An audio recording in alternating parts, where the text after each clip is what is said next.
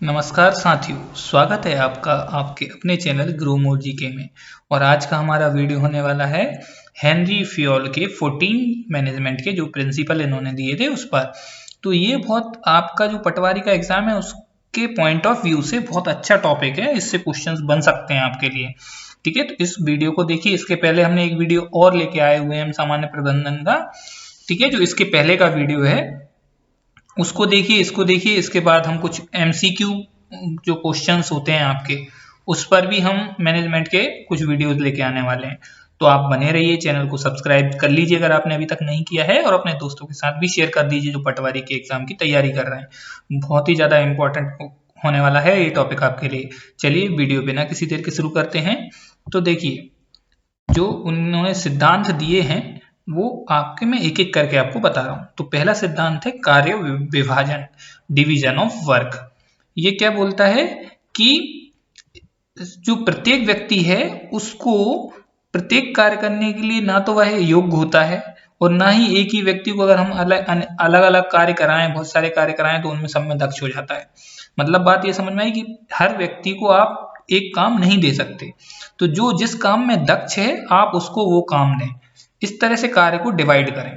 ठीक है। दूसरा है प्राधिकार एवं उत्तरदायित्व, अथॉरिटी एंड रिस्पॉन्सिबिलिटी। देखिए, इसमें क्या मतलब होता है कि जब तक आप किसी को अथॉरिटी नहीं देंगे तो वो उसकी जो रिस्पॉन्सिबिलिटी है उनको सही से फॉलो नहीं कर पाएगा, उसको सही से आप क्या बोलते हैं निभा नहीं पाएगा, है ना। जो काम दे रहे हैं आप उसको वो कर नहीं पाएगा। तो उसको आप प्राधिकार भी दो, उसको आप अथॉरिटी भी दो। ठीक है, जब उसके पास अथॉरिटी होगी तो वो काम आपका अच्छे से कर पाएगा। तीसरा देखते हैं अनुशासन, डिसिप्लिन।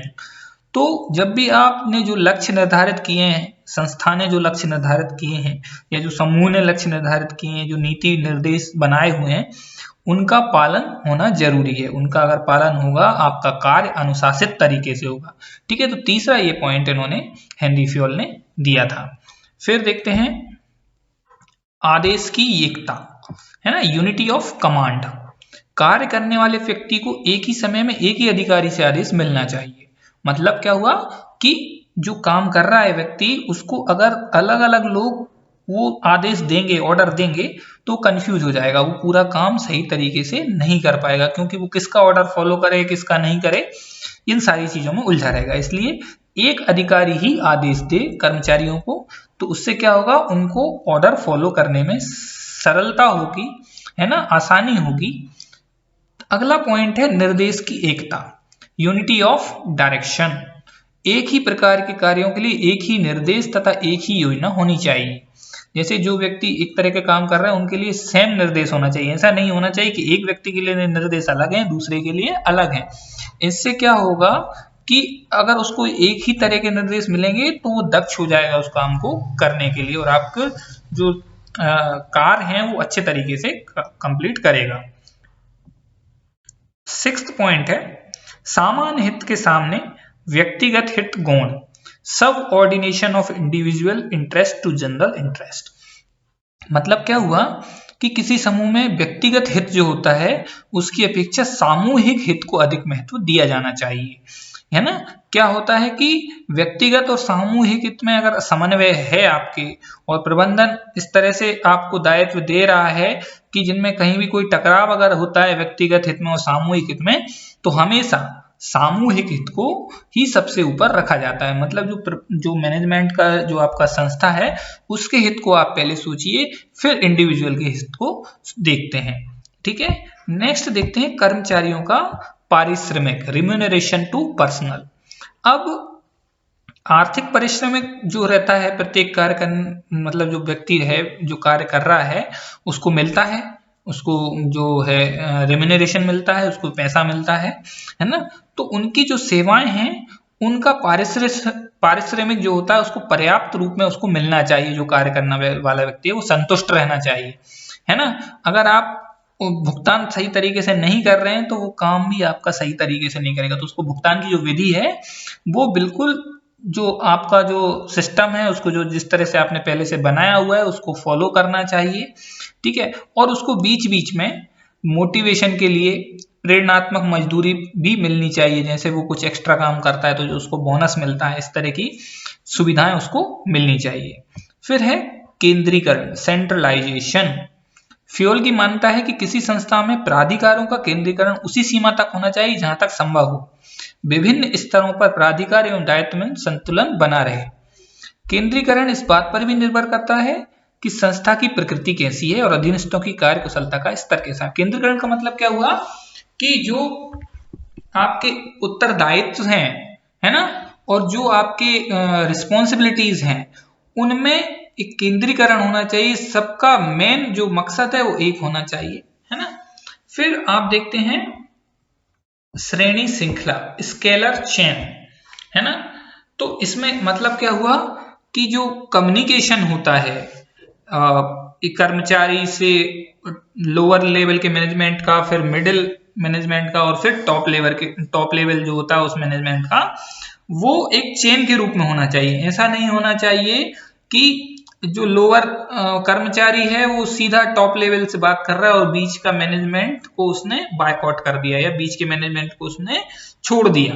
तो ऐसा नहीं होना चाहिए। तो ऊपर से जब ऑर्डर आते हैं वो ऑर्डर भी उस तरह से आना चाहिए कि पहले टॉप लेवल से मिडिल वाले के पास आएगा, मिडिल से लोअर के पास आएगा, फिर कर्मचारी के पास जाएगा, ठीक है। और सेम चीज अगर कर्मचारी से कोई बात आ रही है तो वो पहले लोअर, फिर मिडिल, फिर टॉप, इस तरह से एक श्रृंखला चलनी चाहिए, ठीक है। फिर देखते हैं व्यवस्था, ऑर्डर।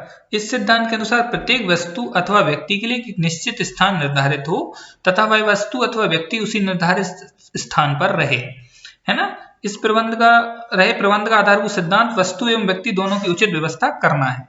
अब इसका मतलब क्या हुआ? इसका मतलब ये हुआ कि मशीनें जहां पे रखी हुई हैं, जो वस्तु है आपकी, उसको रखने के लिए, और जो व्यक्ति जहां पे काम कर रहा है उसकी व्यवस्था, मतलब रहने की व्यवस्था वहां पे एक निश्चित होना चाहिए कि ये इस जगह पे रह के काम करेगा और ये मशीन यहाँ पे होगी। अगर वो सही व्यवस्थित नहीं है तो क्या होगा, आपका जो काम करने का तरीका होगा या काम करने का जो प्रोसेस होगा वो बढ़ जाएगा। मान लीजिए एक मशीन बहुत, जो कर्मचारी को काम कर रहा है उससे बहुत दूरी पर है, तो वो उसको बार बार आना जाना करना पड़ रहा है, उसमें उसका टाइम वेस्ट हो रहा है ना। तो मशीन को उसके पास रखें जिससे कि क्या हो कि उसको आने जाने में जो लगने वाला समय है वो ना लगे, ठीक है। तो ये ऑर्डर एक तरह से होना चाहिए।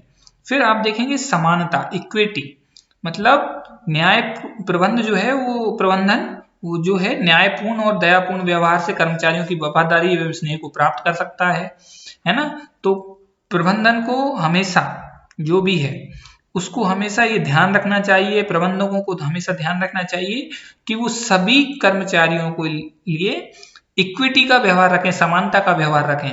उससे क्या होगा कि उनको उनसे काम लेने में भी आसानी होगी और वो भी ये नहीं सोचेंगे कि ये इसका ज्यादा सपोर्ट करते हैं, हमारा सपोर्ट नहीं करते हैं, इसलिए उनमें वो भावना भी नहीं आएगी, है ना। फिर देखते हैं 12वां जो पॉइंट है वो है कर्मचारियों के कार्यकाल में स्थायित्व, stability of tenure of personal. इसका मतलब क्या हुआ कि आप जिस कर्मचारी को रखे हुए हो अपने पास, उसको ये एक तरह से विश्वास होना चाहिए कि मैनेजमेंट मुझे इतने जल्दी नहीं निकालेगा, मेरा टेन्योर बहुत सुरक्षित है, तो अच्छे से काम करेगा आपकी कंपनी में रहेगी, है ना।